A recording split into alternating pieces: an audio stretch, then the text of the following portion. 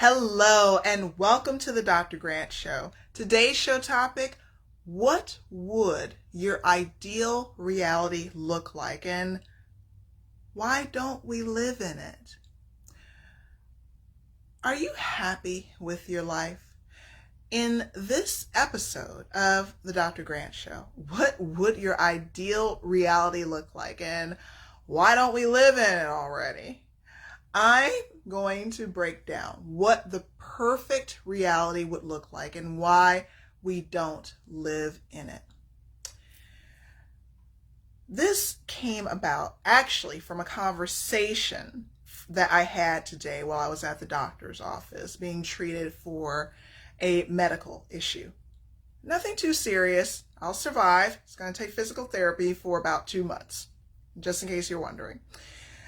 Anyway, we were talking about my experience and how much I admired the physicians there, their skill set, their qualifications, because although I am a holistic practitioner and own my own holistic wellness clinic, virtual wellness clinic, I still do heavily and heartily uphold the philosophy of taking an integrative approach where medical care is concerned.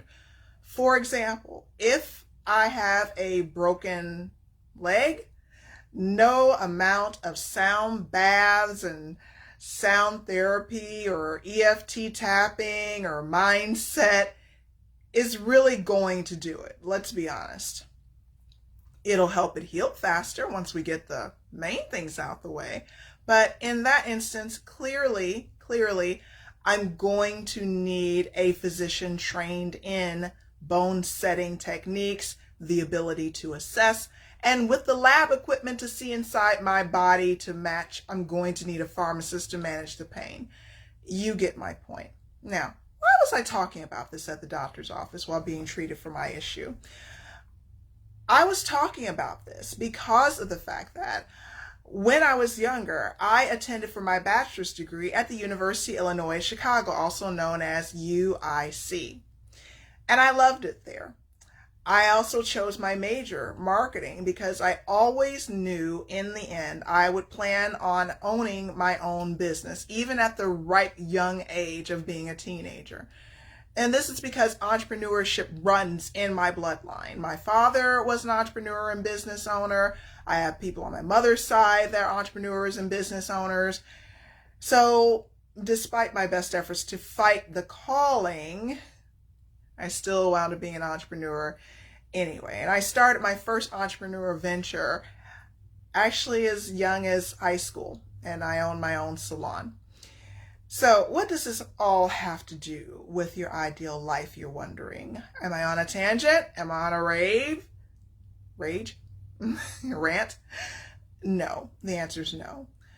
I was sharing with them at that time at the doctor's office how much I admired physicians and their skill set and the virtue of having a intellectually stimulating conversation where you're knowledgeable about certain principles. I have had a deep-seated admiration and utmost respect for medical doctors. Always have, always will. This is, I almost became a medical doctor at one point in time. The only thing that actually kept me from pursuing that path, because I had the knack and the gift of understanding biology, I had the understanding, the knack and gift of understanding just everything under the medical practice except for one thing: chemistry. No matter how hard I tried, chemistry and I just didn't get along. Does anyone understand that feeling where you are drawn to something? You have a calling for it. You genuinely want to make this work and make this happen. But it seems like there's just one barrier in the way, one thing you can't seem to step over and overcome. Well, that was me in chemistry. And because of the challenge that I experienced with mastering chemistry, simply couldn't seem to get it to save my life at that time, I always still looked at the business side. I picked marketing for my undergrad. It's not because I couldn't hack it with chemistry. It's just that I was really wedged between two worlds. Do I go with the potential at that time of the ability to heal and help people at the physical level with pursuing a MD path and pre-med path? Or do I embrace the business side? I picked the business side. I always figure it later on. I can always make it all up and go back if I needed to. Or if something else in life popped up, then, well, we already know the story. 2 doctorate degrees later, 1 in health psychology, 1 in clinical holistic nutrition. Anyway, the point of this story is I didn't receive the support that I needed when I was younger. When I was struggling with chemistry, well-intentioned loved ones at that time just said, oh, well, doesn't sound like you have a knack for chemistry. I didn't get the tutoring that I needed. I didn't get the support that I needed. And the reason wasn't due to economic or financial restraints. It was due to the mindset of not myself, but the mindset of people that were around me. I find out later on, fast forward almost, 20 years later, and I discover that my mother struggled with chemistry. She always, well, I will say I was reminded because I had forgotten. My mother struggled with the subject of chemistry. She also had an interest in chemistry, but she didn't get the support that she needed either. And I found out other family members struggled with chemistry. So when they saw me struggling with chemistry, it was automatically assumed that I had the same challenge and that chemistry just wasn't my thing. The reality is chemistry was my thing. I just needed the mindset tools, and I also needed someone to set aside the tutoring tools. My lack of ability to understand the topic and subject matter of chemistry was no reflection on my intellectual capacity.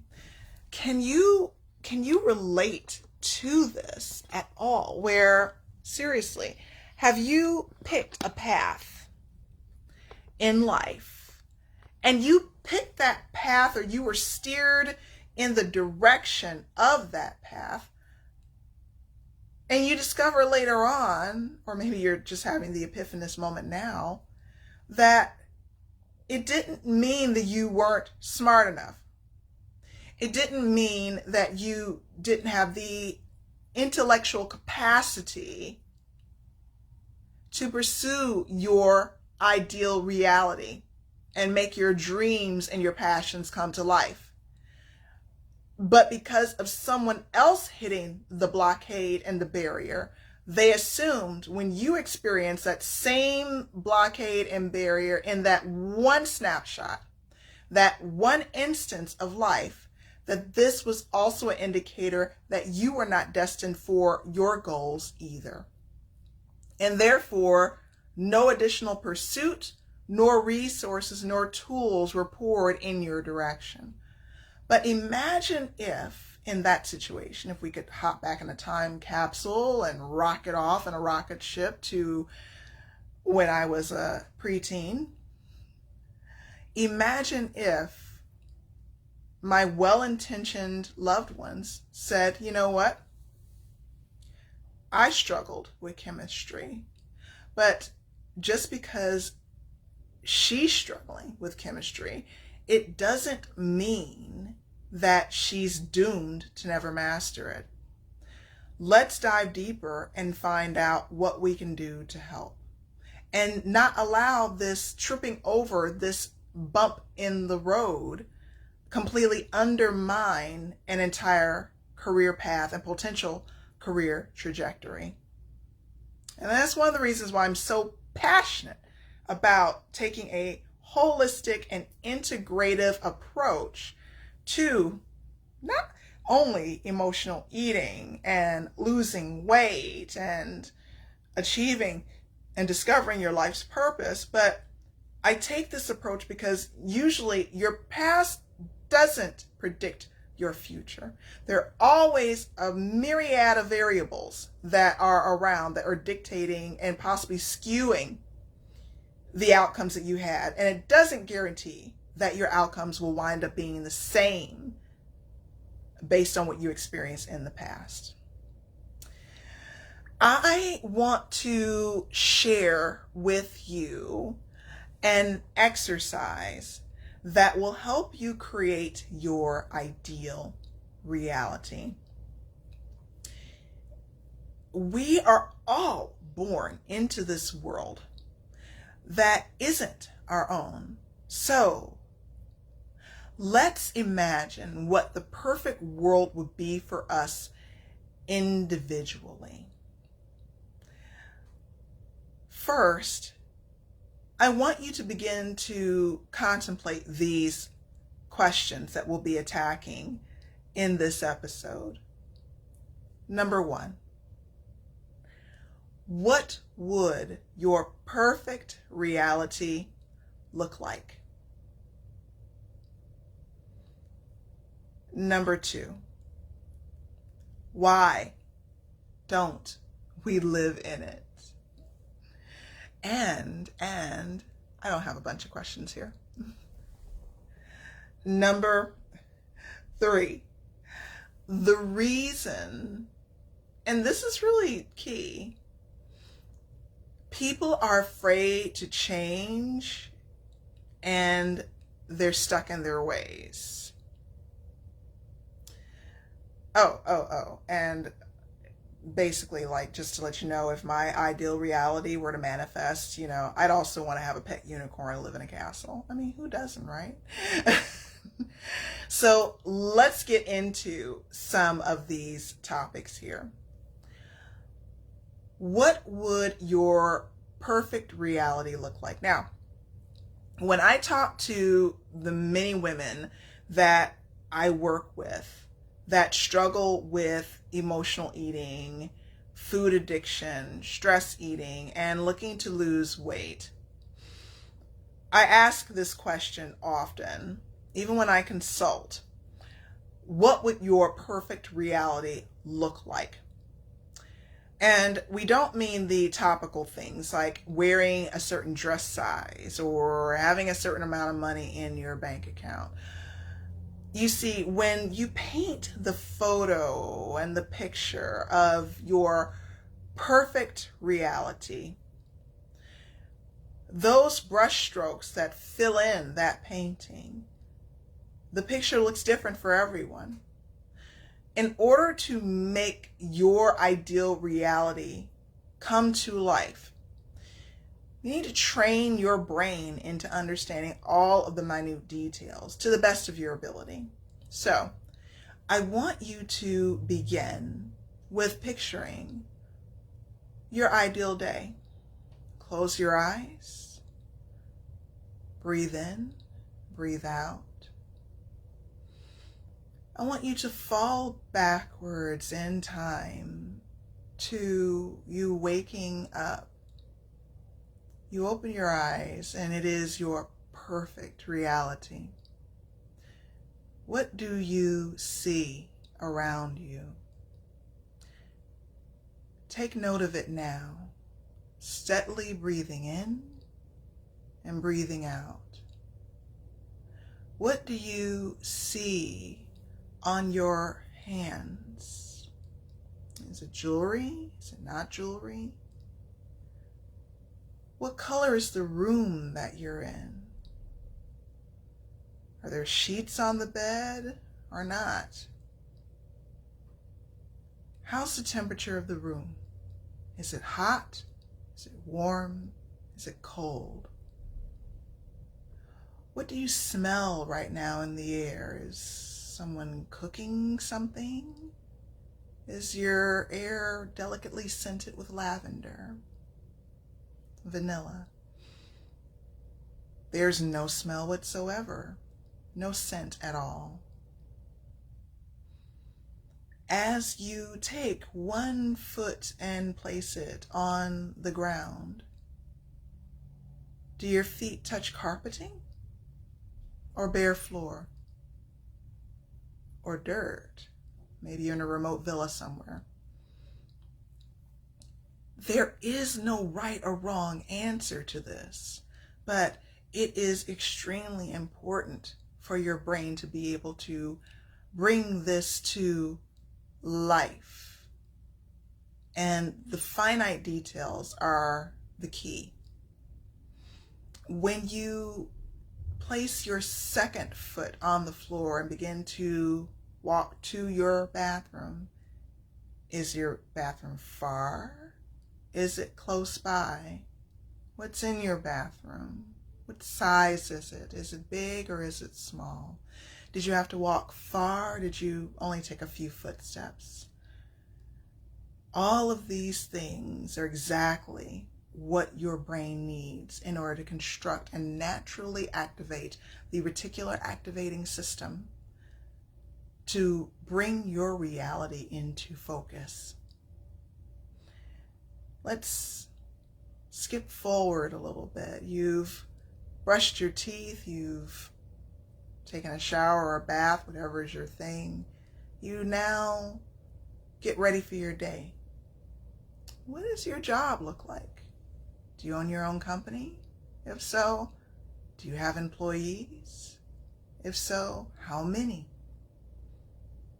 If that's a little bit too much of a stretch right now, then which employee greets you in the morning? And what is their role? What burden have they taken off of your plate? Or what area have you mastered and perfected a system and a process to that now you have now trained someone to replace you and execute it flawlessly according to your desires and specifications?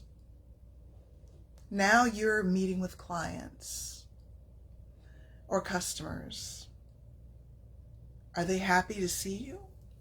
Are they elated about the work that you've done and the topics that you covered in your last conversation? How are you feeling and processing their presence? Are you happy that you're talking to this person? Are you feeling the need to take their business or their product further in the area that you're helping them in? Breathe in and breathe out. Now it's time for you to check your bank account. But before you do, I want you to feel right now the feeling of whatever it is in your bank account. What's been handled? You're not checking your bank account in any fear or scarcity. You're checking your bank account just like you would double check to see in your refrigerator if you had milk to go with your cereal.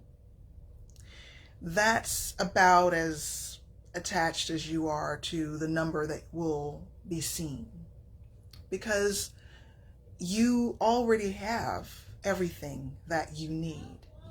And whatever those items are that you need and desire, before you log onto your phone, your tablet, or your laptop, what are those things that have been handled in your life? Is it a certain car that you've been looking for? Is it not even a certain car, but just simply that the car that you currently have, there are no repair lights on? Your bills, they're on auto pay, and you don't have any concerns about when that auto pay is automatically deducted from your account. What are your overall bills aside from light and gas? And what I mean by this is, if, for example, you have children, are your children in private school where you know they're being educated and given all the resources that they need and desire? They're being academically prepared for whatever comes along? Are they in college right now and you're paying their college tuition? Or maybe your student loan, if you have decided to pursue education and you've completed it. Or maybe it is the price of the books or something for class if you're currently in school. Once again, there is no right or wrong answer here. The key is to get really granular about what your perfect reality is, instead of leaving it to some lump sum, ambiguous, vague number floating up in the sky so far as how much money you'd like to make or what car you'd like to drive. What do these feelings give you? What does perfect mean to you? Right here in your core, what does your perfect reality look like for you? And this is where things get thrown off. And I see somebody's joined us. Hi. When you dive into your perfect reality and what it looks like, you'll begin to shorten that gap from where you are right now and where you stand in this time and in this place and in this space. This is you, by the way, my very sophisticated CGI and graphic special effects for where you stand right now compared to where you are and where you want to be, which is my hand waving over here. And the objective here is, when you perform this exercise, and do it as often as you need to, and share this with anyone that needs to hear this, to make this more concrete, more firm, something more that you can touch, you will begin, and your mind will automatically work to begin to shorten the gap between where you are now, that's this hand, and where you deserve to be.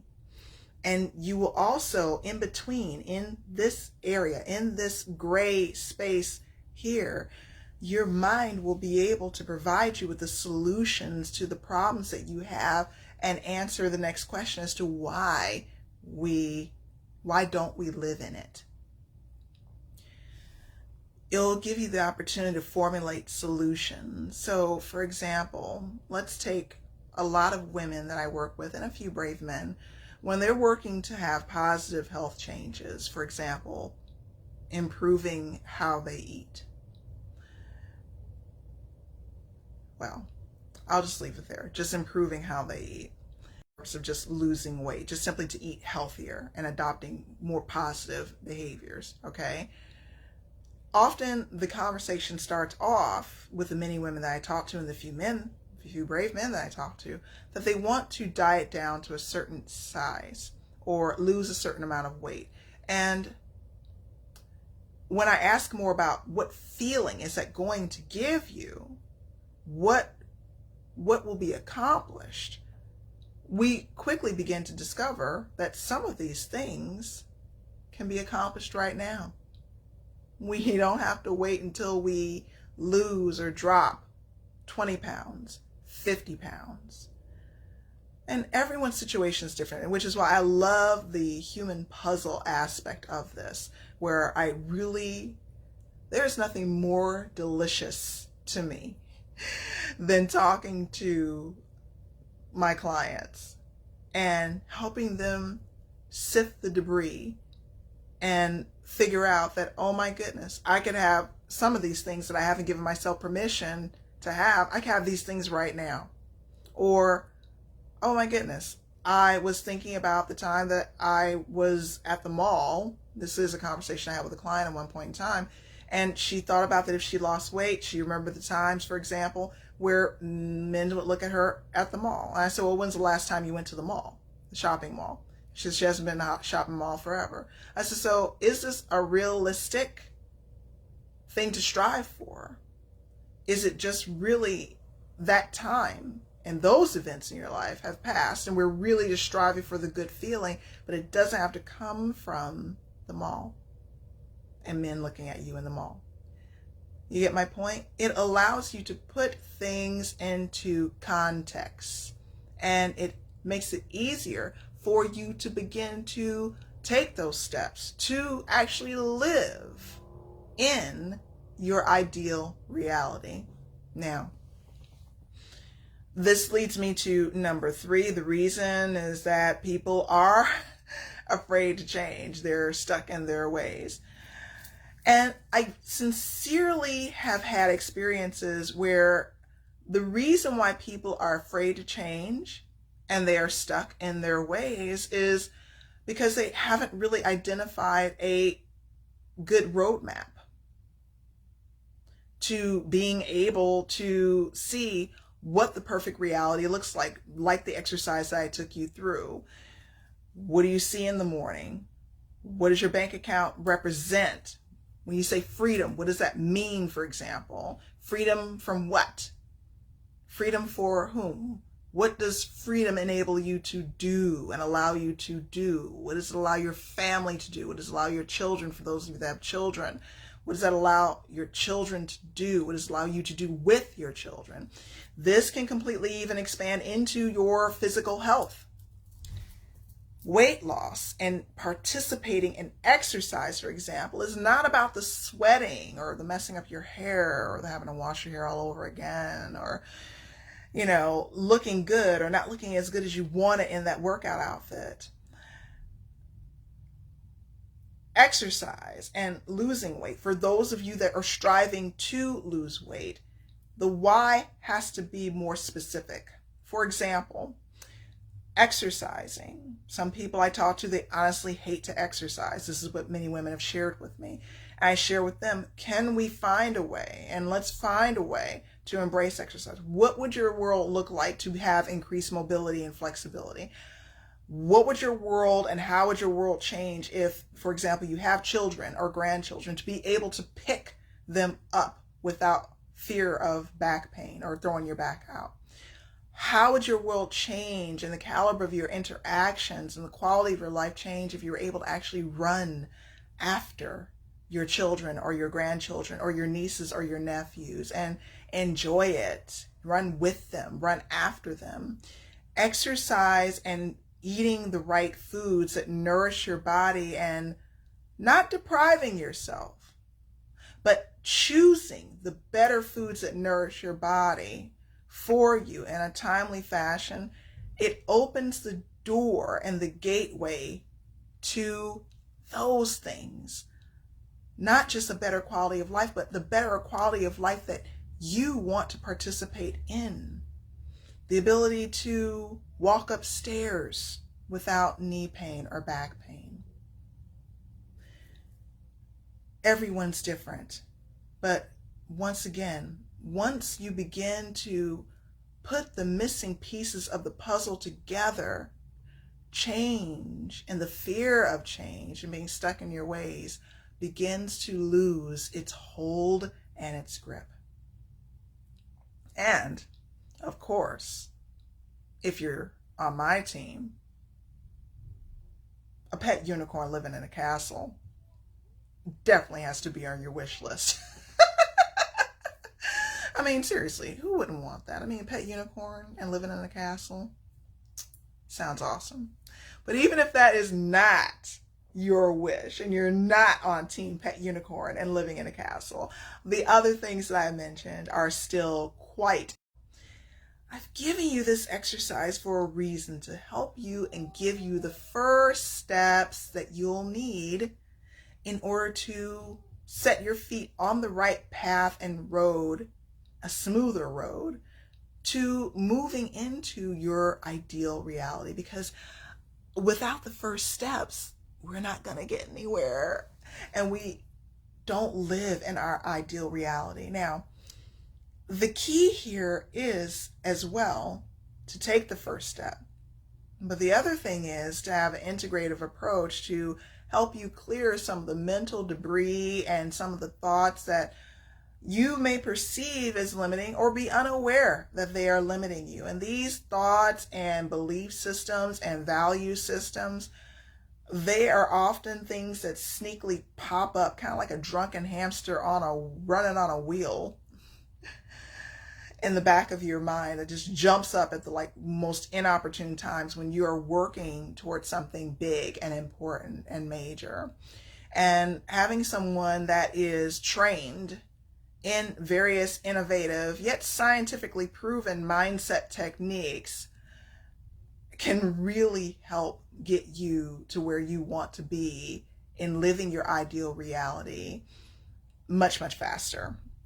Now, I work with women and a few brave men that want to stop overeating due to emotional eating, food addiction, stress eating, or seeking to lose weight without the shame, without guilt, without starving, really not even without talking about the foods that they're eating, because it never started there anyway. The root of the problem and understanding what your value systems are and your belief systems are and how and why and what triggers you, that's the key. And then once we address that, and I use the Phoenix 6 method, which has been scientifically proven to work. Once we address that, the other pieces begin to easily fall into place. And exercise becomes easier. Embracing healthier behaviors becomes easier. Getting paid the money that you deserve becomes easier. It's a beautiful domino effect.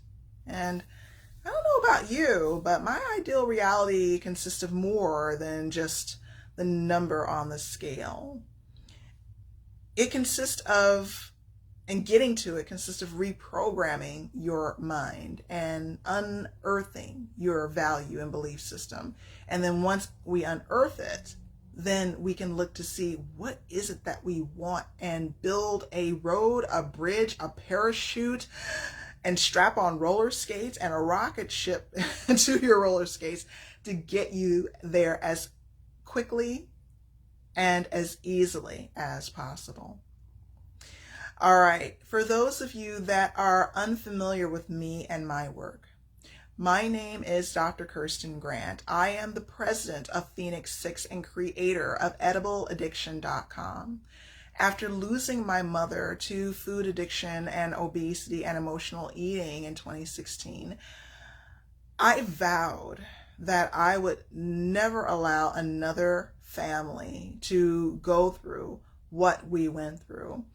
Because when I lost her, she was so plus size that we couldn't at first find a normal size casket to bury her in. And more than that, it made me feel powerless because I reflected back on all the times that she tried so very hard to lose weight, but then she gained it back. And it wasn't because she didn't know the right things to eat. It wasn't about the calorie counting. It was never about the willpower. It was about her mindset and what she gave herself permission to pursue and expand into. And that misery, that lack of fulfillment, and perhaps you can relate, is ultimately what caused her to seek the silent comfort of food and overeating and binge eating. And I dedicated myself to everything that pertains to the mind and mastery of it, as well as your fitness. So I created the first and only integrative holistic method called the Phoenix 6 method. And it covers your mindset. It covers your fitness. It covers your food with virtual cooking classes and that one-on-one component that most people so desperately need, because when you sign up for a self-guided course, less than 8% of people finish.